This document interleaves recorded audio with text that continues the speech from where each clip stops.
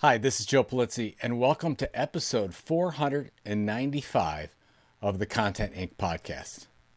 I've been going down the focus rabbit hole for the past few weeks, and I often look at the most successful people in the world, like John D. Rockefeller to Bill Gates to Serena Williams, LeBron James. Each of them picked one thing.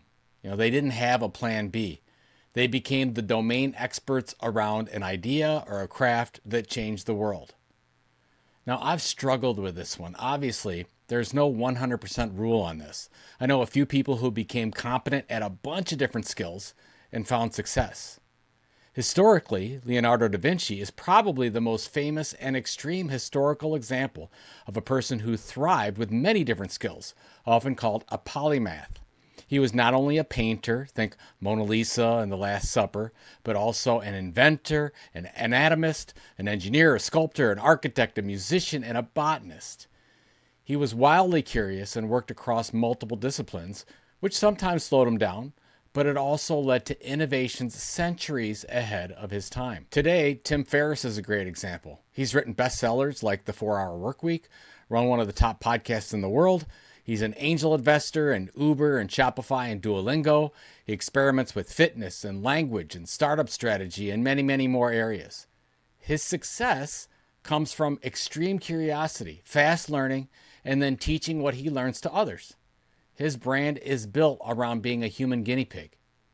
Now, that said, both Da Vinci and Ferriss have one thing in common. While they explore many domains, they focus deeply on one at a time, then turn that mastery into leverage.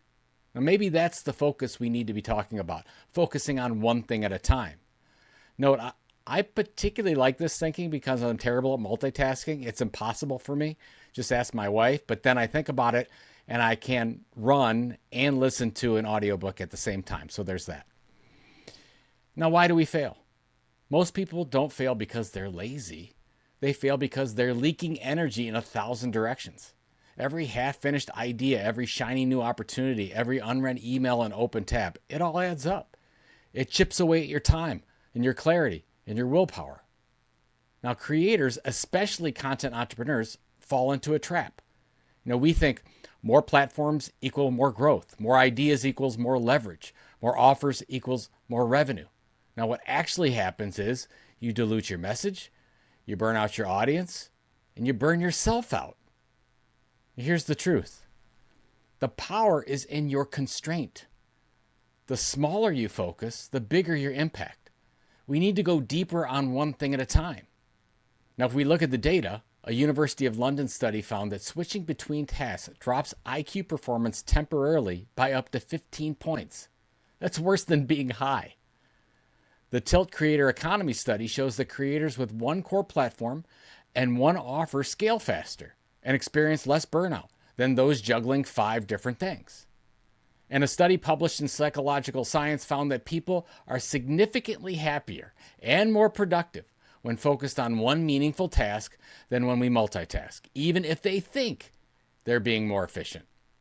Now, here's the golden rule that I've used for years. Every time a new opportunity pops up, and it will, run through this filter. Does it build your audience? Does it build your asset? Does it serve your long game? If not, it's a no. You don't need a to-do list. You need a don't-do list. Now, let's look at some things that you can use this as a focus filter. I'm going to go through some questions. Does it align with my current tilt, how you differentiate yourself in your business? If it doesn't deepen your niche, it distracts from it. Does it directly build my audience or asset? Audience equals trust. Asset equals leverage. Everything else is noise. Can I do this consistently for 6 to 12 months? If not, it's a hobby or a distraction, not a strategy. Will this move me closer to my one big goal? Clarity dies when you chase parallel priorities. And would future me thank me for doing this now?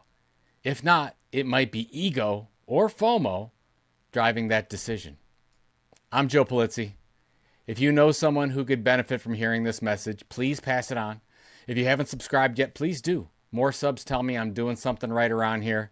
So thank you, and I'll talk to you next Monday.